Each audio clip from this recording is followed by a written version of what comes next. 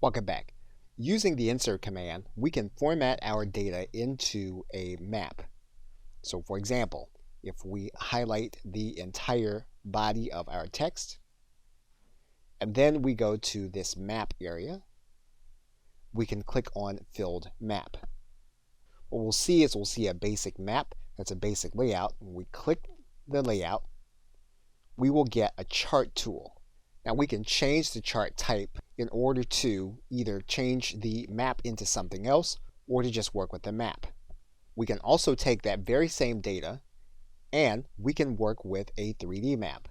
So for example, if we go to the insert command, you'll notice that you have a 3D map here, and we can see our data on a 3D map visualized over time. So what we can do is we can click the 3D map link, and so we can see our points laid out on the map. We can change the look of the data by choosing to use the location based on state.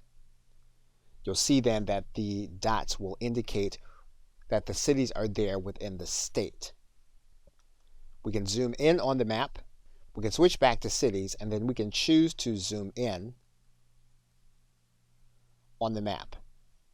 If we want to render it slightly to the left, we can do that. Now once we have our map looking the way we want, we can choose to use a flat map, or we can undo the flat map and choose to have a global, more rounded 3D map. Now we can choose to layer this map by renaming it here, and that'll be a first level of data. What we could do is add a second layer of data, and this time we can add in another layer where the data represents some other kind of data that we're going to use a different legend for.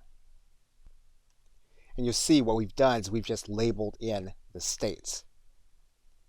We can zoom in on the data, and then we can rotate the globe so that it appears and we have our 3D map. Okay, so with that, thanks, and I will see you in another video.